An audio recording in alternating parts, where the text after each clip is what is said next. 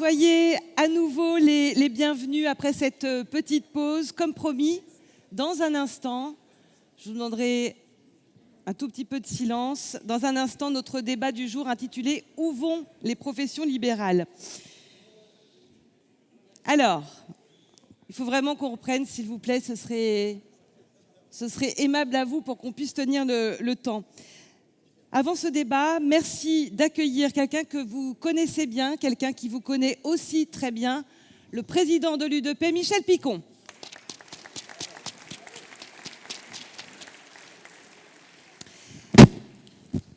Alors, merci Michel, je vous laisse regagner le pupitre tranquillement. Merci pour votre présence aujourd'hui, Président. Merci. Présence doublement précieuse. D'abord, en tant qu'ancien président de l'UNAPL, vous connaissez par cœur de l'intérieur, les réalités, les fragilités, les aspirations des professions libérales. Et puis, bien sûr, comme président de l'U2P, puisque vous portez une vision élargie de l'économie des indépendants. Je vous laisse donc la parole. Merci beaucoup, Isabelle. Je pense c'est bon, là oui, le micro parfait. Bien. Monsieur le président de l'UNAPL, cher Denis, monsieur le vice-président du CESE, cher Michel, mesdames et messieurs les présidentes et présidents d'organisations professionnelles des professions libérales, chers amis. Moi, c'est avec un immense plaisir que je me retrouve aujourd'hui avec vous pour ce 33e congrès des professions libérales. Des professions, vous le savez, chères à mon cœur.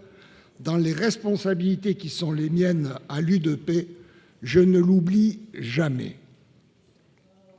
Je sais l'importance de l'UNAPL au sein de l'U2P. L'U2P, en 2016, nous l'avons portée avec Michel Chassan, alors président de l'UNAPL, pour qu'elle devienne une grande organisation interprofessionnelle représentative qui nous permette à tous d'être les acteurs de premier plan du dialogue social et de la vie économique et sociale de notre pays. Aujourd'hui, je suis fier et heureux que bon nombre parmi vous siègent dans toutes les instances paritaires, nationales, régionales ou départementales, des instances et des postes de responsabilité que nous n'avions pas toujours à l'époque de l'UNAPL. Des postes qui nous permettent de veiller et de défendre les intérêts des professions libérales partout. Ce sont souvent des mandats de premier plan. Je salue Laurent Boulanja, vice-président de l'UNAPL et président de la commission des affaires sociales de l'U2P, qui devrait bientôt assurer la vice-présidence patronale de la Caisse nationale d'assurance vieillesse. Bravo. Je salue aussi Christophe Sens, mon prédécesseur, qui nous représente au bureau de l'UNEDIC et au conseil d'administration de France Travail. Christophe négocie en ce moment, aux côtés de tous les partenaires sociaux, la nouvelle réforme de l'assurance chômage. Ce sont des négociations difficiles où le savoir-faire des professions libérales est un indéniable plus pour tous. Cette année, 5 présidences de régions U2P sont présidées par des professions libérales. Deux autres en plus le seront en 2027. Partout dans les territoires, les professions libérales ont un outil pour se faire entendre. Enfin, je salue le travail immense de notre ami Michel Chassan, qui a porté avec talent et succès l'U2P et l'UNAPL à la vice-présidence du CESE au cours de ces dernières mandatures, partout. Désormais, avec l'U2P, les professions libérales sont représentées et agissent dans tous les domaines transversaux indispensables à nos entreprises de proximité et donc aux professions libérales. Qu'il s'agisse de la formation, tant de nos salariés que de celle de nos chefs d'entreprise, de l'alternance, de l'apprentissage, de la fiscalité, des modes d'exercice de notre protection sociale et de celle de nos salariés, du vaste champ du dialogue social, partout, l'U2P est le bras armé de ces 5 confédérations, l'UNAPL, la CAPEB, la CNAMS et la CGAD, pour porter les besoins de chacun. Merci, cher Denis, président de l'UNAPL, du soutien que tu apportes à l'U2P et que tu m'apportes au quotidien dans ton mandat de vice-président de l'U2P. L'U2P tire sa force de la représentation d'un secteur de 3 500 000 entreprises qui emploient près de 5 millions de salariés. Oui, chers amis, ensemble, nous sommes plus forts. Nous nous battons partout, chaque jour, pour que les entreprises de proximité dans les secteurs de la santé, du droit, du technique, du cadre de vie, de l'artisanat du bâtiment, de l'artisanat de bouche, des services et du commerce de proximité soient mieux prises en compte, mieux écoutées, mieux entendues, mieux compris. Avec acharnement, je veux les rendre visibles et faire savoir qu'elles représentent près de 85% des entreprises de ce pays dans des fonctions essentielles pour nos concitoyens. Nous travaillons ensemble, car nous sommes plus forts, pour faire mieux entendre la voix des petites entreprises dans le respect de la spécificité de chacune de nos 4 confédérations, dont la vôtre, l'UNAPL, et de nos 124 fédérations affiliées, dont les vôtres. Nous avons à cœur de valoriser nos savoir-faire et créer des vocations professionnelles. Nous devons accompagner la transformation de nos entreprises de proximité, on en a déjà beaucoup parlé ce matin, face aux enjeux de la transition numérique et écologique. Nous portons et soutenons à vos côtés vos idées nouvelles, des mesures d'accompagnement pour vous soutenir afin d'affronter ces mutations, ces transformations. Nous voulons tous ensemble améliorer l'orientation des jeunes et l'attractivité des petites entreprises pour que chaque emploi proposé trouve un preneur. Enfin, nous agissons au quotidien pour replacer les indépendants et les petites entreprises au cœur des politiques publiques. La transition numérique et cette notion quelque part inquiétante mais maîtrisée selon les intervenants qui m'ont précédé, qu'est l'intelligence artificielle, est sans doute la transformation de nos activités la plus importante que nous avons à maîtriser. L'IA, comme on le dit, s'impose comme un levier majeur qui permet d'optimiser la gestion, d'améliorer la prise de décision, de personnaliser la relation, voire de transformer certains modèles de production. Elle change aussi les façons de travailler et impacte l'organisation même de nos entreprises. Je sais, cher Denis, l'immense travail de sensibilisation et de préparation que l'UNAPL, depuis plusieurs années, a engagé auprès de toutes ces fédérations pour les préparer à ces transformations. L'IA sera un formidable levier de transformation économique et sociale à condition qu'elle soit inclusive, accessible et équitablement diffusée dans tous les tissus économiques, y compris les plus diffus et les plus locaux. Les transformations technologiques et numériques ne doivent pas être un facteur de dépossession ni de standardisation excessive. Pour les métiers de la proximité et les professions libérales, elle doit rester un outil au service de l'humain, de l'expertise et de la liberté d'exercice. Nous ne pouvons pas rester en marge de cette révolution technologique, cela a été dit plusieurs fois ce matin. Mais nous demandons au pouvoir public, pour les petites entreprises, il nous faut des dispositifs différenciés, souples, adaptés à notre taille, à notre temps disponible, à nos réalités économiques et humaines. Sans cet effort de granularité dans l'action publique, le risque est de creuser une fracture numérique et technologique qui pèserait lourdement sur la compétitivité nationale. Sans oublier la nécessité de parvenir à un cadre éthique et une réglementation claire sur l'usage et la protection des données, le respect des droits, la transparence algorithmique, qui est un autre enjeu de développement de l'IA dans nos entreprises. Voilà, mes chers amis, je ne vais pas être plus long car je sais que votre congrès est toujours séquencé avec beaucoup d'intervenants et je voudrais vous aider à respecter le temps. L'U2P sera toujours à votre service, à vos côtés. Elle sera là pour vous accompagner dans toutes ces transformations. car ensemble, encore une fois, nous sommes plus forts. Nous jouerons pleinement avec vous notre rôle à notre place pour que l'intelligence artificielle et toutes les transitions ne soient pas qu'un facteur de substitution ou d'exclusion, mais un levier d'amélioration du travail, de renforcement des compétences, de développement économique et de progrès social. Restons unis, faisons face à ces mutations, nous réussirons, car nous sommes tous, dans toutes nos professions, le visage humain indispensable, incontournable de l'économie de proximité que les Français plébiscitent chaque jour. Je vous remercie.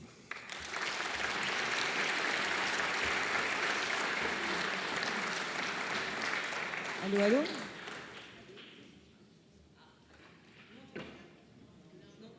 Et là, vous m'entendez ? Oui, bon, alors voilà, on va adopter un nouvel outil.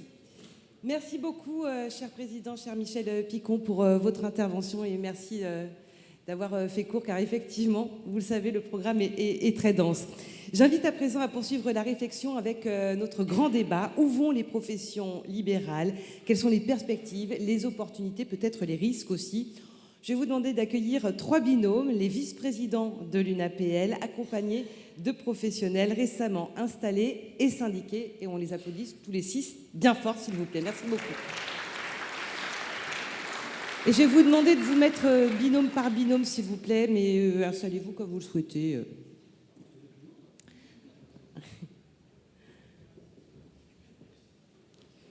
Oui, alors effectivement, je vais essayer d'être très prudente et je crois que je vous poserai les questions ailleurs parce que sinon on pourrait assister à un drame.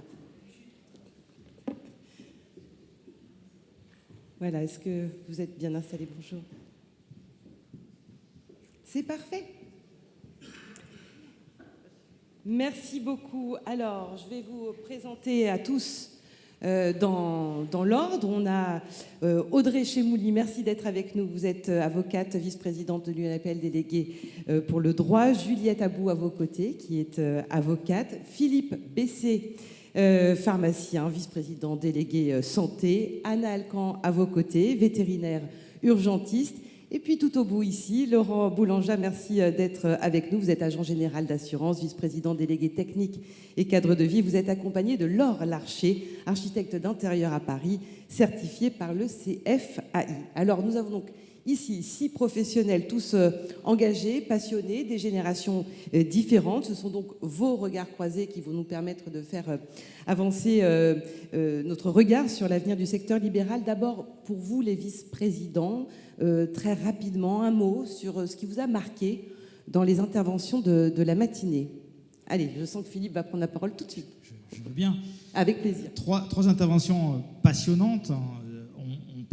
On peut retenir de la première intervention le côté optimiste, bien sûr, résolument optimiste de Nicolas Bouzou, qui nous a quand même ouvert sur le monde, c'est-à-dire sur la géopolitique, en disant qu'il fallait en tenir compte, mais ce discours résolument positif doit nous faire avancer. On le met en regard, et ça a été mis en regard à notre conférence d'hier avec Jean-Marc Jancovici, qui nous a alerté sur le concept un peu fini de l'énergie, en fait, et en tout cas sur la prise en compte de cet élément-là. Bon, moi, je pense que ce côté positif va nous permettre d'inventer. Sur le deuxième sujet, la dinde restera probablement le grand moment de la journée. Voilà.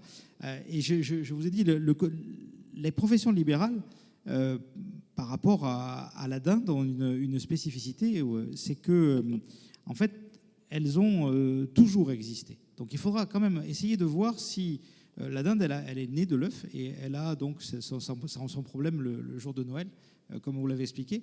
Est-ce qu'on peut quand même tirer un trait sur des professions qui n'ont pas eu de début, qui ont toujours été là? Est-ce qu'on peut estimer que quelque chose qui a toujours été là sera toujours là? Et on verra comment on va faire. En tout cas, c'est une interrogation qu'on verra dont on débattra tout à l'heure.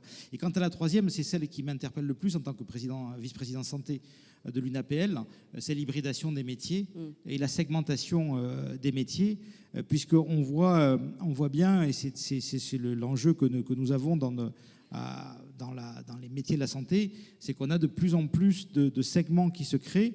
Un médecin, il s'hyper spécialise, ou bien il y a des segments qui sont faits par certains qui ont une partie donc la kinésithérapie, l'orthophonie, tout ça, ce sont des nouveautés qui est le monde de demain et qu'on va devoir affronter. Donc c'est vraiment 3 débats passionnants. Pardon, j'ai été long.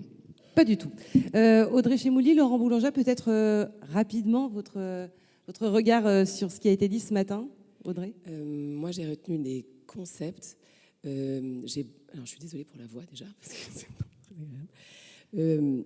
Monsieur Ferry, j'ai adoré évidemment la dinde qui restera, mais surtout le retour sur ce qui est le plus important dans la création d'une entreprise, c'est le comment.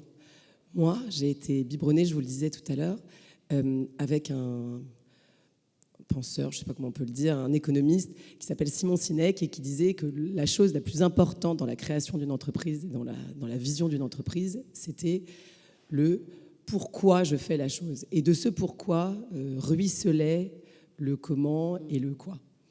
Et votre intervention m'a permis de remettre ça en perspective en me disant qu'effectivement, si je ne pouvais pas expliquer ma stratégie à mes collaborateurs et à mes clients et qu'en retour, ils ne l'avaient pas comprise, alors c'était que ma stratégie n'existait pas. Donc, merci beaucoup. Merci. Je prends ce petit temps qui m'est donné. Je suis désolée pour remercier les organisatrices, évidemment toi, Denis, de ces intervenants que nous avons. Je pense qu'on peut tous se dire aujourd'hui qu'on a au moins agité nos idées, agité nos esprits et qu'on sortira probablement plus élevé de ce moment. Donc, en tous les cas, merci beaucoup. Merci Audrey. C'est effectivement très important de les remercier. C'est tout l'intérêt de ce congrès, de se retrouver là et de faire avancer la réflexion. Et visiblement, ça fonctionne très bien. Laurent ? Effectivement, moi aussi, très marqué par la dinde. On voit l'effet. Décidément, cette dinde. Alors, en plus, ayant une formation d'école de commerce, je vois bien les tableaux qui progressent comme ça. J'ai été formé comme ça. Donc, ça permet de remettre un peu en perspective ça. Je dirais que moi, ce que je retiens des 3 interventions, c'est que finalement, il y a eu des moments où les visions n'étaient pas forcément les mêmes. Et je pense que c'est assez intéressant de se dire, arrêtons de croire qu'on va nous expliquer comment on va utiliser l'intelligence artificielle et faisons-le nous. Je crois beaucoup que dans ce qu'est une profession libérale, c'est aussi quelqu'un qui prend son destin en main. Je crois beaucoup à ça dans nos différents métiers. Et tout le sujet d'aujourd'hui, et on voit bien que voilà, on peut avoir plein de théories, on verra ce qui se passera, mais c'est à nous de faire, tout simplement. Laurent, comment est-ce que vous voyez les bouleversements, le déferlement ? On en a parlé ce matin, c'est vraiment un déferlement de nouvelles technologies, donc de transformation. Comment est-ce que vous l'abordez ? Est-ce que c'est résolument, peut-être pas optimiste, mais positivement en tout cas, que vous abordez ces transformations ? Alors, je vais dire que je suis ni positif ni négatif. Je distingue 2 choses. Il y a le citoyen et tout le besoin probablement de réglementer, de cadrer l'utilisation de l'intelligence artificielle. Et puis il y a le professionnel, et il se trouve qu'aujourd'hui, c'est le professionnel qui doit vous parler. Via l'UNAPL, je suis amené régulièrement à intervenir sur l'intelligence artificielle. Et le parallèle que je fais maintenant systématiquement, c'est avec ce petit outil-là. Je pense que tous dans la salle, vous avez certainement des débats. Alors, je vais prendre les débats que j'ai chez moi. J'ai une fille de 17 ans. J'ai du mal à la voir réviser son bac actuellement. Avec ça à côté, les réseaux sociaux qui sonnent toutes les 5 minutes. Pour moi, sa difficulté à se concentrer là-dessus. On peut avoir plein de débats sur aujourd'hui l'utilisation qu'on a des smartphones. Par contre, je vous mets tous au défi de passer une semaine sans et de mesurer votre efficacité. Je pense que tous, autant qu'on est dans la salle, on ne serait pas capable de faire probablement la moitié de ce qu'on fait aujourd'hui dans notre semaine si on n'avait pas ça. Et je suis profondément convaincu que l'intelligence artificielle, ça va être la même chose. C'est-à-dire qu'on peut discuter de l'impact que ça va avoir sur la philosophie, on l'a vu tout à l'heure, sur l'impact que ça va avoir. Aujourd'hui, on voit bien qu'on peut transformer toutes les images, qu'on va être soumis à plein de fausses informations grâce à l'intelligence artificielle, mais ça, c'est la partie citoyenne. Par contre, je pense que professionnellement, on n'a juste pas le choix. Et l'exemple qui a été donné tout à l'heure du conducteur de taxi qui va faire 2 fois plus de chiffre d'affaires avec l'intelligence artificielle que sans, c'est une réalité pour toutes nos professions. Alors il y a des professions que ça va énormément bousculer. En tant que responsable de la famille technique et cadre de vie, je ne peux que penser aux traducteurs. Je pense que voilà une famille chez nous qui est très, très impactée, et franchement pas que positivement, par l'intelligence artificielle. Mais ça va être aussi une opportunité pour énormément de familles. Et c'est une obligation professionnelle de s'adapter à ça. Et la deuxième chose que je voudrais dire, c'est qu'on cherche souvent, et on a eu un certain nombre de conférences sur ces thèmes-là, c'est très facile de vous expliquer que l'intelligence artificielle fait mieux que l'humain. C'est le vieux débat sur le pilote d'avion. Est-ce que le pilote automatique fonctionne mieux que le pilote d'avion ? Aujourd'hui, ce débat-là, je pense qu'il est clos. On sait que sur 100 accidents dans l'industrie de l'aviation, il y en a 98 qui sont liés à l'homme. Donc ce débat-là, il est, à mon avis, inutile. Par contre, ce que montrent énormément d'études, c'est que l'humain plus l'intelligence artificielle, et non pas contre, est plus efficace que l'intelligence artificielle seule ou l'humain seul. Donc ce n'est pas un concours contre l'intelligence artificielle. C'est la complémentarité. Exactement, c'est la complémentarité, c'est comment nous, on va se l'approprier. Et c'est ça le vrai défi. Laure, je rappelle que vous êtes architecte d'intérieur, vous êtes installée à votre compte depuis 5 ans maintenant. Alors c'est un métier très très créatif que vous avez. Est-ce que vous vous servez énormément de ces nouvelles technologies ? Alors paradoxalement, moi pas tellement, pas dans mon quotidien en tout cas. C'est un outil, une fois de plus, donc évidemment pour la relecture, pour l'esprit de synthèse, il y a des choses qui permettent d'avancer assez vite grâce à ça. Mais par exemple, dans notre métier d'architecte d'intérieur, techniquement, il ne suit pas encore tout ce qu'on peut faire, notamment si on l'interroge sur des chiffrages. Il est vraiment complètement à côté de la plaque, même si on lui fournit beaucoup de matière, c'est-à-dire de plans, d'élévation, juste les lignes de CCTP à remplir avec les prix correspondants, il va avoir complètement tendance à minimiser les coûts. Vous passez plus de temps à entrer des choses dans le prompt finalement, avec un retour qui n'est pas très concluant. Exactement. Jusqu'ici, en tout cas, c'est le sentiment que j'ai personnellement de devoir repasser derrière lui. Et donc, c'est pas forcément très utile, autant que je le fasse et que je m'améliore, moi, dans ma capacité à répondre plus rapidement à ces demandes. Et en termes de création graphique, déjà, il y a les hallucinations qui sont toujours un peu drôles, mais quand on veut obtenir un résultat, ça l'est un peu moins. Ça, c'est intéressant, juste pour qu'on visualise ces hallucinations. Racontez-nous un exemple. Par exemple, j'avais essayé, parce que j'étais curieuse, de lui demander sur une chambre qui fait 15 mètres carrés avec une fenêtre orientée à l'est, comme ça on se réveille avec le soleil du matin. J'avais déjà ma vue, mon cadrage, toute la 3D, il suffisait juste de la rendre photoréaliste. Et en fait, il m'a créé une armoire dans la chambre, et je sais pas, il a dû croire que c'était un balcon, donc il a mis de la végétation dessus avec un garde-corps. Et du coup, il faut repasser derrière pour le mettre dans un outil d'image 2D. Donc en fait, ça sert à rien. Et en plus, il a tendance à complètement idéaliser les choses. C'est-à-dire qu'il m'avait fait une chambre avec 2,60 m de hauteur sous plafond, des moulures et un parquet haussmannien, alors que c'était pas du tout le brief. Donc en fait, il n'a pas respecté le lieu. Il respecte pas vraiment les demandes sous-jacentes du client. Et ni la culture de projet. Il a tendance à faire quelque chose qui répond à ce que le plus grand nombre a envie de voir, mais nous, on crée des projets qui sont uniques, et du coup, ça ne convient pas du tout. Et oui, en effet, si je dois faire un prompt de 40 lignes à chaque fois et que je dois repasser et que je lui demande 40 modifications jusqu'à obtenir le bon résultat à peu près, en fait, je gagne plus de temps à le faire par moi-même. Laurent, vous voulez réagir ? Oui, parce que je pense que c'est un des fondamentaux que toutes les professions doivent creuser. Il y a une vraie différence aujourd'hui quand on s'intéresse à l'intelligence artificielle entre l'outil dont on a parlé toute la matinée qui s'appelle ChatGPT.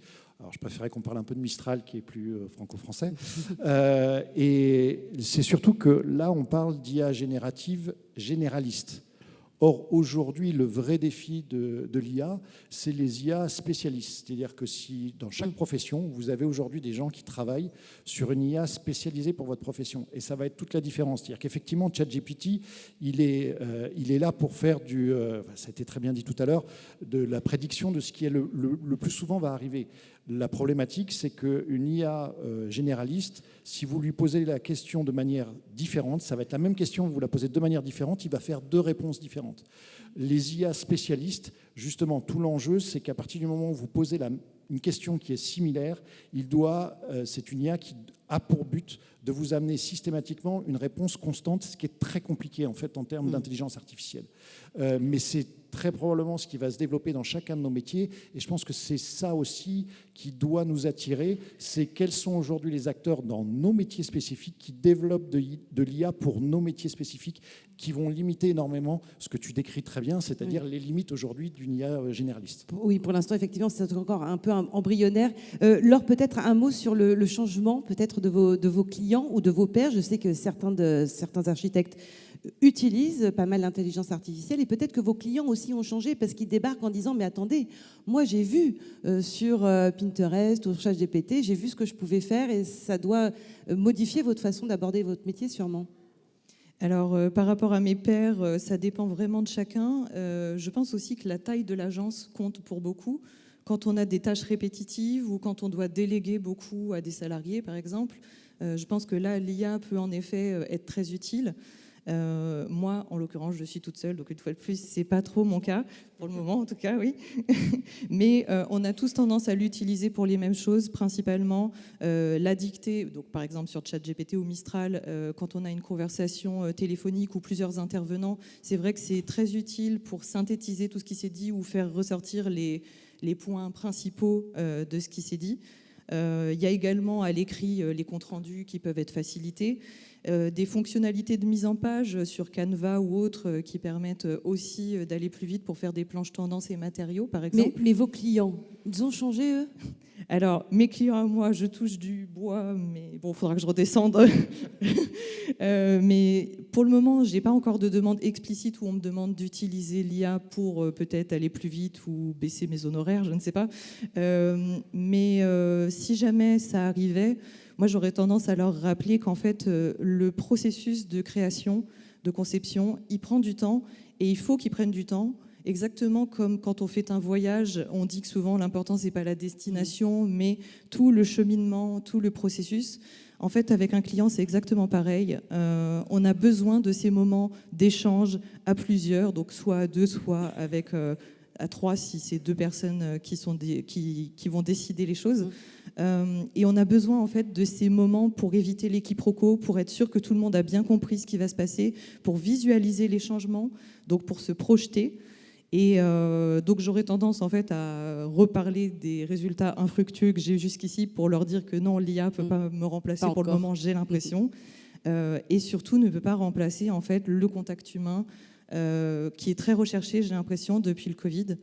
Et aussi parce qu'on a un regard technique qui, une fois de plus, pour le moment, sans IA spécialisée, comme disait Laurent, qui n'est pas au point. Merci Laure. Juliette Albou, vous êtes, je le rappelle, avocate, vous êtes spécialisée dans le droit social. Qu'est-ce que toutes ces transformations bouleversent, vous, dans le recrutement, la formation peut-être de collaborateurs? J'imagine que ça change. Alors, effectivement, il y a une majorité d'avocats qui pensent que l'intelligence artificielle générative va freiner le recrutement des jeunes et des stagiaires en particulier. La bonne nouvelle, c'est que ça ne freine pas les élèves avocats, puisque cette année, ils sont 2100 à l'école du barreau, ce qui est un record à ma connaissance. Donc, il y a encore un engouement pour notre profession, et ça, c'est tant mieux. Ensuite, il y a quand même une réelle question sur la manière dont ils vont être intégrés dans les cabinets. Puisqu'on voit déjà des gros cabinets notamment qui revoient leur politique d'embauche, qui prennent moins de stagiaires, puisque évidemment l'IA générative et chez les avocats on a quand même des outils, des IA spécialisés qui sont performante, à mon sens, permet d'effectuer des tâches répétitives à moindre valeur ajoutée, à des coûts maîtrisés. Donc, on a déjà effectivement des conséquences sur les embauches et sur la formation. Donc ça veut dire que c'est inquiétant si on en reste à ce constat-là. Alors, ce premier constat peut effectivement être inquiétant. Ce qu'on observe, c'est effectivement que les compétences qui vont être valorisées vont être des compétences plus stratégiques, plus transversales.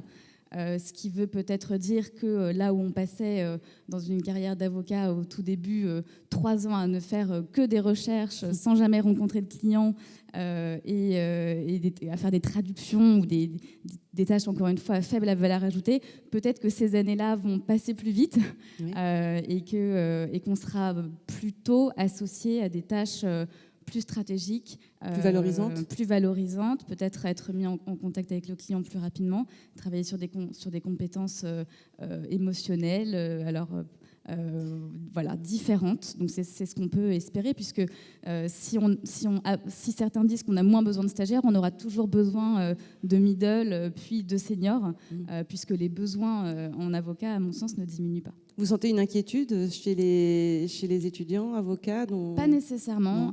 C'est plutôt, je pense, les avocats un peu plus expérimentés qui ont plus de recul, certainement. Je peux entendre ces interrogations de la part d'avocats plus expérimentés. Les jeunes, eux, arrivent, à mon sens, encore avec enthousiasme dans cette profession, et c'est tant mieux. Et ils savent qu'ils vont faire avec. Audrey Chemouli, vous êtes au cœur de l'accompagnement des professions libérales. La transformation a déjà bien commencé, il faut le dire. Qu'est-ce que ça soulève comme principale question ? Quel est l'état d'esprit, peut-être aussi dans les cabinets ? Alors en fait, nous, l'intelligence artificielle, je rebondis sur ce que tu disais, Juliette, la question c'est qu'est-ce que ça va transformer dans l'organisation de nos entreprises ? Pour un bon nombre d'entreprises, la pyramide de l'entreprise, d'organisation, elle se fait sous la forme d'une pyramide. Là, la question c'est si on réduit le nombre de jeunes, et si, paradoxalement, on fait appel à des profils qui sont différents que de la profession native, si vous voulez, nous, la question qui se pose dans les cabinets d'avocats, mais j'imagine dans plein d'autres de vos professions, c'est est-ce que demain, on ne va pas intégrer dans nos cabinets, dans nos études, des profils qui sont différents de l'activité principale initiale ? Ce qui pose une seconde question, qui pose... Est-ce que, parce que c'est ce que nous faisons et c'est l'objectif de tous nos discours, c'est parfois on se confond avec la matérialité du service que l'on rend. Pendant très longtemps, les avocats comme moi en droit des affaires, on s'est confondus avec des actes, des statuts, des pactes d'associés, c'est-à-dire que j'étais ce que je produisais. La question demain, c'est est-ce que l'intelligence artificielle ne va pas faire ce travail de production à ma place, ou en tous les cas une grande partie de ce travail de production. Et là, le gouffre qui s'ouvre devant moi, c'est du coup à quoi je sers. Et c'était ce qui était dit ce matin par la philosophe, c'est-à-dire de dire Gabrielle. Voilà, c'était est-ce que du coup je continue à me définir par ce que je produis. Ce qui était intéressant, et je pense que ce qu'il faut relever, c'est que s'il y a tout un tas de choses que l'on veut bien confier à l'intelligence artificielle en tant que professionnel et en tant qu'individu, il y a un certain nombre de choses que l'on n'est pas prêt à lui confier ou qu'elle ne sait pas faire, je ne sais pas encore la différence. C'est tout ce qui ressort de l'émotion, la négociation, la confiance, la réassurance. Et ça tombe très bien parce que pour un certain nombre d'entre vous, voire pour quasiment toutes les professions libérales, c'est ça l'essence même de nos métiers, l'accompagnement. Et donc, cette transformation que va générer l'intelligence artificielle dans l'organisation et donc le partage de la valeur dans les cabinets, je parle de ce que l'on connaît, mais c'est la même chose chez tous les professionnels que l'on rencontre et que moi je conseille, ou c'est la même chose pour Juliette, c'est-à-dire que quelle est l'essence, se rapprocher de ce que l'on fait sans se définir par ce que l'on fait et de retravailler les relations inter-entreprises. Je peux en dire oui, bien sûr. 2 mots. Nous, ce que l'on voit quand on conseille les professionnels, c'est qu'est-ce que l'on va protéger dans le collectif d'associés. Parce qu'on a parlé de nos relations avec l'intelligence artificielle. On a parlé de ce que les clients pouvaient nous donner ou les patients pouvaient ressortir de cette intelligence artificielle et comment est-ce que ça pouvait nous confronter à nos propres contradictions. Mais ce dont on a peu parlé, c'est dans le collectif d'associés, de ces gens qui ont décidé ensemble à un moment donné de créer une entreprise et de créer de la valeur ensemble avec les collaborateurs. Qu'est-ce que ça change et qu'est-ce que l'on va protéger? Est-ce que nous, en tant qu'avocats, on va nous demander de protéger ce qui va faire le cœur du métier d'avocat, c'est-à-dire le cœur, non pas du métier, mais le cœur de l'entreprise, c'est-à-dire les prompts? Est-ce que demain, dans mon pacte d'associés, on va me demander de protéger le prompt du cabinet, parce qu'en fait, c'est ça qui va faire marcher le cabinet? Est-ce que du coup, cet actif va prendre une part hyper importante dans la valorisation de nos cabinets ou pas? Est-ce qu'elle va faire qu'il y aura de la place que pour les gros, parce qu'il n'y aura que les gros qui pourront générer ce type d'organisation, ou au contraire, ça sera une place beaucoup plus importante de donner, ou en tous les cas autant égal donné à des structures qui sont plus petites parce qu'elles seront plus agiles et avec des compétences qui vont être différentes. Beaucoup de changements et de questions en tout cas à se poser. Merci beaucoup Audrey. Anna Alcan, vous êtes, je le rappelle, vétérinaire urgentiste, vous êtes collaboratrice libérale dans un cabinet indépendant. L'indépendance, c'est quand même un des piliers des professions libérales, c'est même la colonne vertébrale sûrement. Est-ce que c'est toujours fondamental pour les nouvelles générations que vous représentez ? Oui, je pense que c'est toujours fondamental. C'est évidemment une question qu'on se pose de plus en plus, nous, les jeunes vétérinaires. Mais finalement, elle appelle peut-être, à mon sens, autre chose, qui est aussi la question finalement plus globale de la soutenabilité de nos métiers. Et du coup, je rebondis un peu avec tout ce qu'on a dit par rapport à l'IA aussi, mais c'est peut-être plus la question de comment on organise notre travail aujourd'hui. Parce que, en faisant le raccourci assez rapide, on avait le sentiment, et cette question d'indépendance, elle est aussi venue avec le temps qu'on pouvait consacrer aux tâches administratives, au RH, à la formation aussi qu'on avait avec toutes ces choses-là qui peut-être nous sortaient de notre cœur de métier de soignant. Mais j'en suis pas si sûre déjà, et je pense qu'effectivement, que ce soit l'IA, que ce soit la question de l'indépendance, pour moi, la vraie question, elle n'est pas seulement technologique, elle n'est pas seulement économique, elle est vraiment redéfinir notre cœur de métier, notre façon de l'exercer. Au-delà de l'indépendance, on a, nous, la question de la place de l'animal, de quelle place il prend, du temps qu'on y consacre. Et c'est vrai qu'on interroge plus, je crois, vraiment l'organisation, le temps de travail. Et l'IA, dans ce cas-là, par exemple, nous, peut être un outil qui nous dégage finalement vers notre cœur de métier, qui est pour moi le soin, mais aussi quelque chose sur lequel je suis persuadée que je ne serai pas remplacée, ma capacité à exprimer de l'empathie, ma capacité à décrire une pathologie, à donner un diagnostic, à accompagner finalement vraiment ma patientèle et à donner de la confiance aussi, à créer une vraie relation de confiance dans ce contrat de soins. Donc voilà, c'est tout ça, ça interroge finalement notre métier, mais de façon beaucoup plus globale, je crois, que simplement l'enjeu de l'indépendance ou l'enjeu de l'IA. Même si, effectivement, ça bouscule un peu, ça change les clients pour les vétérinaires ou les patients dans le domaine de la santé qui arrivent peut-être mieux informés qu'avant dans vos cabinets. Ils sont peut-être plus exigeants également. Oui, alors je pense qu'ils sont plus exigeants. Moi, ils arrivent parfois avec effectivement un diagnostic, mais on l'a vu déjà avec l'ère de Google, avec le fameux docteur Google. Mais c'est justement là mon enjeu, c'est que je pars de tout ce qu'ils ont, des a priori, et puis on le redécrit ensemble. Peut-être qu'on passe moins de temps justement à expliquer toutes les hypothèses et plus de temps finalement sur toute l'importance qui va être pour moi de les amener à m'écouter, à me faire confiance. Et donc je ne suis pas sûre que ça me pèse tant que ça, parce que justement, ça redéfinit toute la place que j'ai moi en tant que soignant et toute l'importance que je peux avoir dans cette relation-là. Juliette. Moi, si je peux rebondir, lorsque les clients arrivent dans mon cabinet en me disant voilà ce que m'a dit ChatGPT, en fait, je passe plus de temps sur leur dossier au final à déjà déconstruire ce qu'a dit ChatGPT et ensuite à repartir sur de bonnes bases pour traiter le dossier. Donc au final, c'est plutôt une perte de temps qu'un gain pour moi. Donc ça veut dire que vous pouvez mettre un petit panneau devant votre cabinet en disant halte là, surtout pas de trucs ChatGPT, sinon ça va Ça va vous faire perdre du temps. C'est un peu ça. En tout cas, ça me fait sourire quand j'entends mon client me dire Oui. voilà ce que je pense. Et je pense que ça parle à tout le monde, évidemment, autour de la table. Oui, mais c'est vrai que moi, de toute façon, ils arrivent avec ces... Alors moi, surtout aux urgences, ils arrivent de toute façon avec ces questions-là qu'ils ont déjà posées à ChatGPT.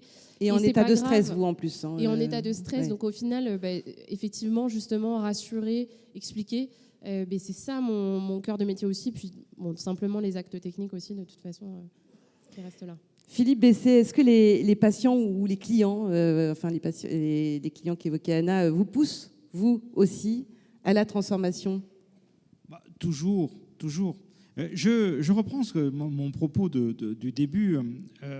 Les professions de santé, les professions libérales, mais les professions de santé que je représente, ce sont des professions qui sont donc éternelles et universelles.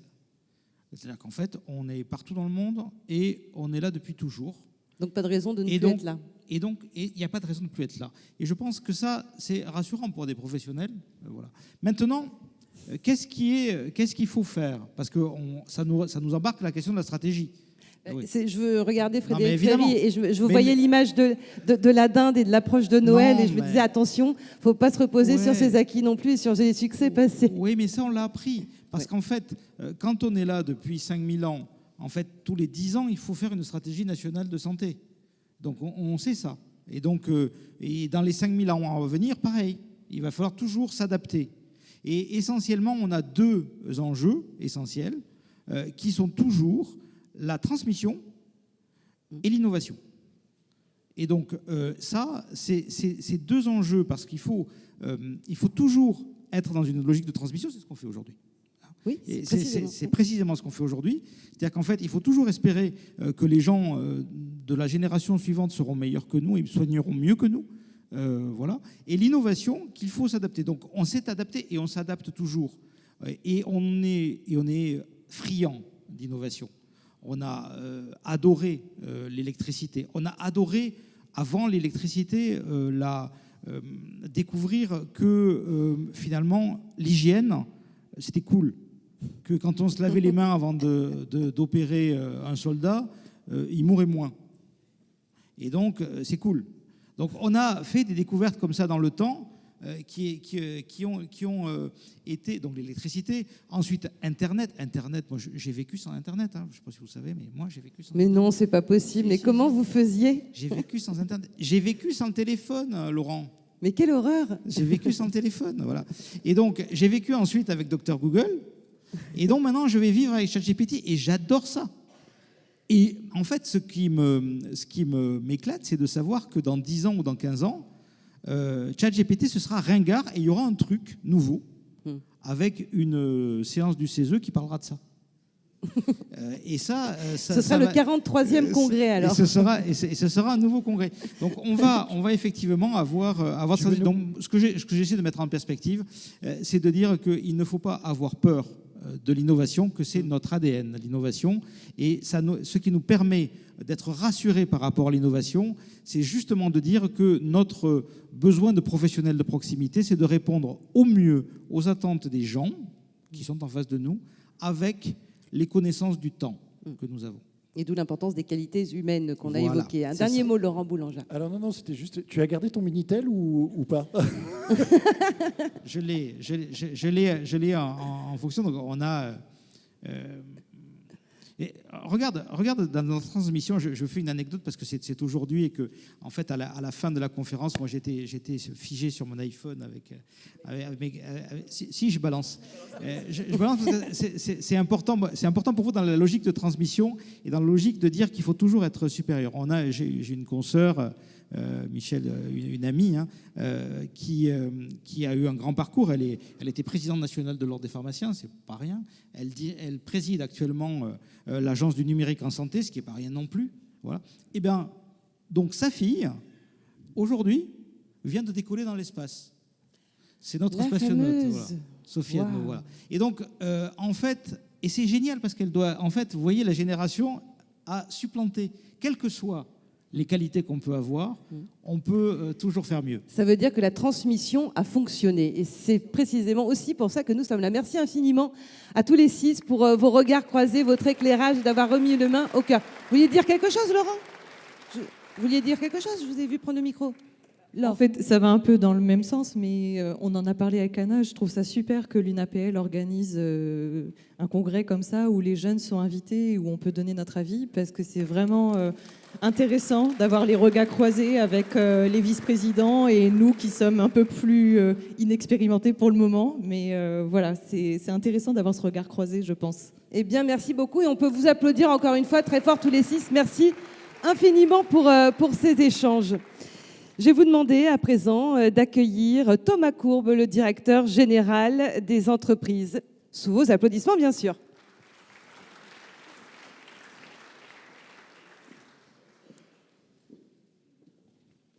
Thomas Courbe, on l'a vu tout au long de la matinée, les professions libérales font face à des transformations profondes, mais elles les abordent avec beaucoup de sérénité. Alors vous allez nous dire comment la Direction générale des entreprises soutient et accompagne concrètement toutes ces évolutions.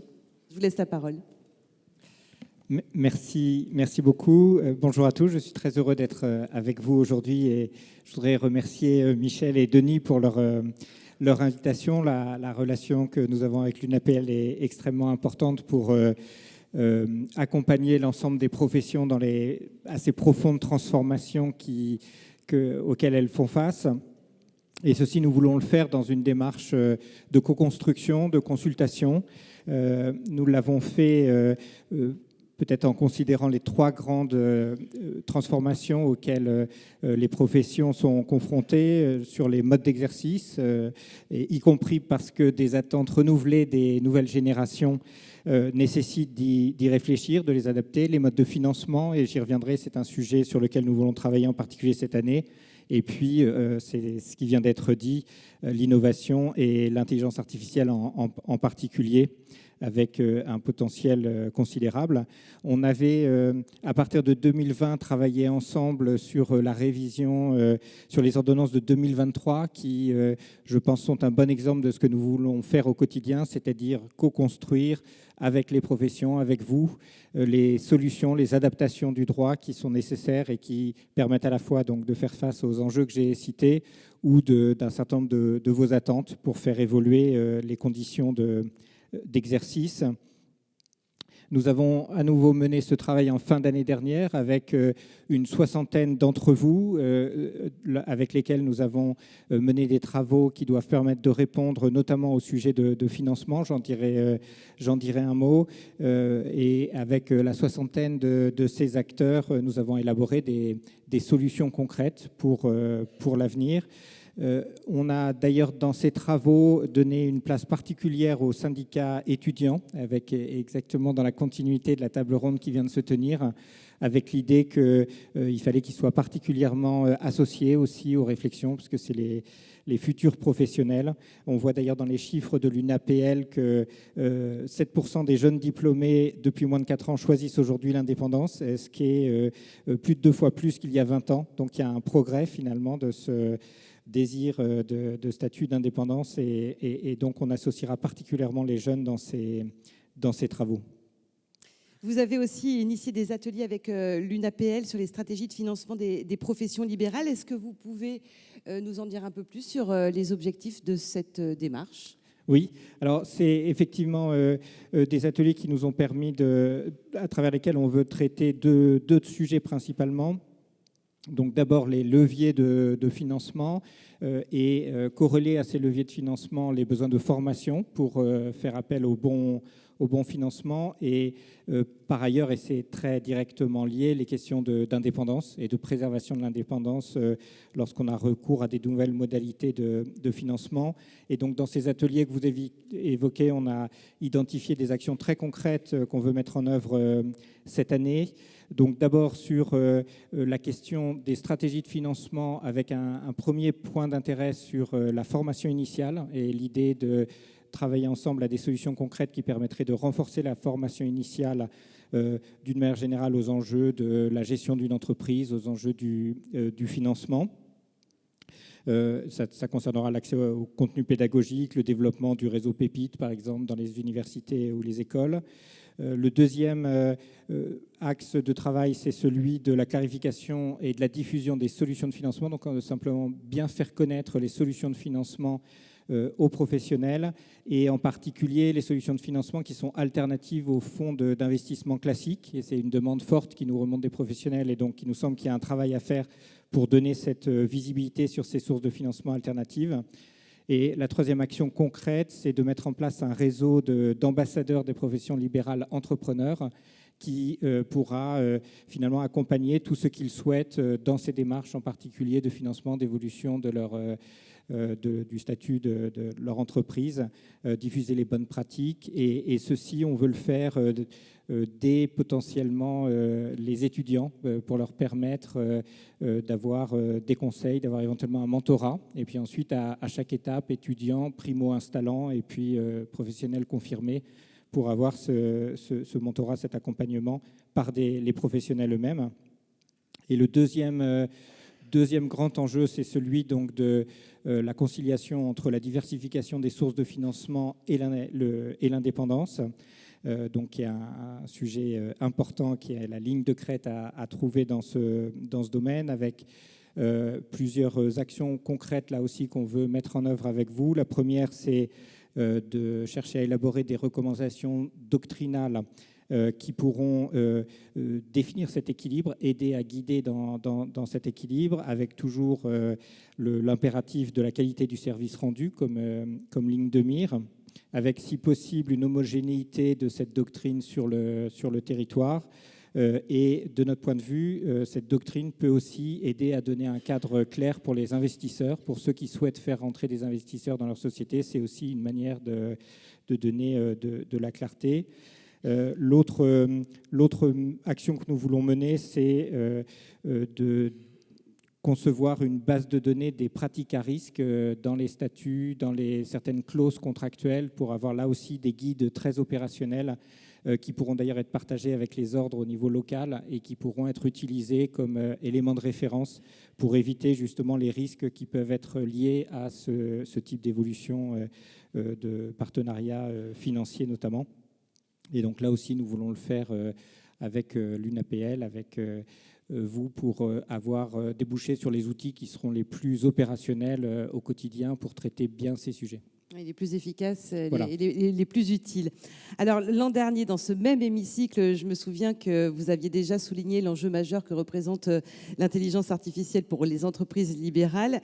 Un an après, qu'est-ce que la Direction générale des entreprises a mis en place concrètement? Qu'est-ce que vous avez mis en œuvre pour accompagner l'appropriation de cet outil de l'IA? Alors, la première chose, c'est qu'on a des bons résultats collectivement, puisque dans le baromètre qui s'appelle France Num, qui mesure au niveau global la progression de la numérisation des entreprises, en particulier des PME-TPE, donc ce que vous êtes pour l'essentiel, on a en un an, dans ce baromètre, on voit qu'on a doublé l'usage de l'IA par les PME-TPE en France en un an. Donc on est passé, évidemment on est encore loin de notre objectif, mais on est passé de 13 à 26%. Donc c'est la plus... En un an. En un an, c'est la plus rapide progression d'un processus de numérisation des entreprises qu'on ait pu constater. Donc ça montre qu'il y a d'abord une très forte dynamique, c'est évidemment très positif.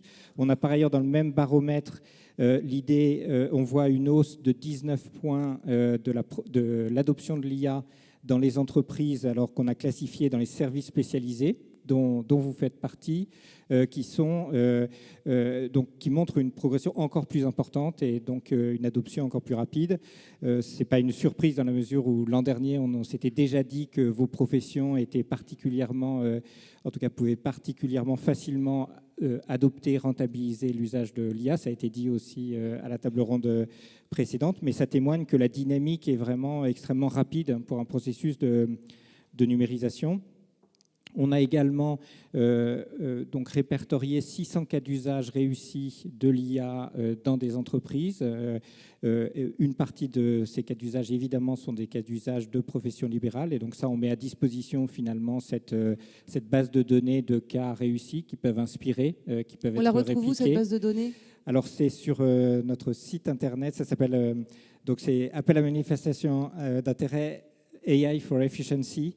On l'a appelé en anglais parce que c'est une base de données qu'on a lancée au moment du sommet de l'IA il y a un an. Ah donc, oui, d'accord, donc C'était un sommet c'était en anglais, international, d'accord. on a utilisé l'anglais. Mais il faut aller sur le site de voilà, la DGE. et on pourra transmettre à l'UNAPL les coordonnées pour avoir cette référence. Et ensuite, on a lancé en juillet dernier un plan qui s'appelle Oser l'IA, donc dédié à l'adoption de l'IA par les entreprises. Pour l'action concrète de ce plan sur le territoire, elle est matérialisée par plus de 500 ambassadeurs de l'IA qui sont, et parmi ces plus de 500 ambassadeurs, il y en a plus de 10% qui sont des professions libérales. Et donc qui sont des professionnels qui sont sur tout le territoire, qui ont décidé de dédier du temps à conseiller les entreprises, les accompagner pour l'adoption de l'IA, diffuser les cas d'usage et les bonnes pratiques. On met en œuvre tout un ensemble d'autres modalités de communication, sensibilisation, accompagnement sur l'IA. On a des cafés IA qui sont dédiés aux professionnels sur tout le territoire aussi et qui, par thématique professionnelle, peuvent permettre d'échanger, de communiquer sur les cas d'usage de l'IA. Et puis, dernière initiative, on a lancé, donc on a révélé il y a 3 jours les lauréats d'un programme qui s'appelle France Legal Tech. Là aussi, il y a une dimension internationale, donc on utilise l'anglais, mais c'est avec l'idée de sélectionner 10 entreprises, des startups, qui développent des services d'IA pour le droit, pour tous les métiers du droit, et qu'on a sélectionné d'abord parce qu'elles nous ont semblé avoir un potentiel particulièrement intéressant pour les professions, et ensuite parce qu'elles sont à un stade de leur développement dans lequel un accompagnement par l'État, mais en lien avec ses partenaires privés, peut permettre d'accélérer leur développement. Dans cet accompagnement, on veut leur permettre, et ça peut vous intéresser, on veut leur permettre d'expérimenter en conditions réelles, dans par exemple des cabinets d'avocats, leurs solutions, de tester. Alors il y a déjà beaucoup d'initiatives en cours, mais ça permet de le faire encore plus. De notre côté, on va essayer de les aider à accéder à la commande publique, puisque l'État aussi a des besoins d'outils d'IA juridiques. Et puis, on aura un volet de développement international, puisque, de notre point de vue, la diffusion à l'international des solutions de ces startups d'IA juridique va contribuer, bien sûr, à leur développement économique, mais aussi potentiellement à la diffusion des pratiques de droit françaises. Et ça nous semble être un objectif d'influence aussi important. Et on a, donc c'est la mission French Tech et toute la dynamique French Tech qu'on mobilise ici pour ce programme. Et on a également des partenaires comme le CNB, l'Association nationale des juristes de banque, la FJE, qui vont aussi être des partenaires pour accompagner ces entreprises. Alors, d'ailleurs, 3 d'entre elles sont dans le village de l'innovation, juste à côté, et puis certaines sont, je crois, présentes dans l'Assemblée. Donc, c'est aussi l'occasion pour vous de les rencontrer dès aujourd'hui et de voir comment elles peuvent vous offrir des services, notamment donc, pour l'IA juridique très concret pour votre activité. Alors, si ces startups, je crois, sont dans la salle, si vous pouviez vous lever et avoir droit peut-être aux applaudissements du public. Voilà, on en a quelques-uns. Alors, j'ai cité il y a Lexbase, Allo et Legapass, me semble-t-il. Bon, il y en a un dans la salle, mais sinon, c'est dans le salon d'innovation juste à côté. Voilà, c'est ça. Merci infiniment, Thomas Courbe. Merci d'être venu nous partager ces démarches et tous ces engagements que vous faites pour les entreprises et les toutes jeunes entreprises et ce concours des startups. Merci beaucoup.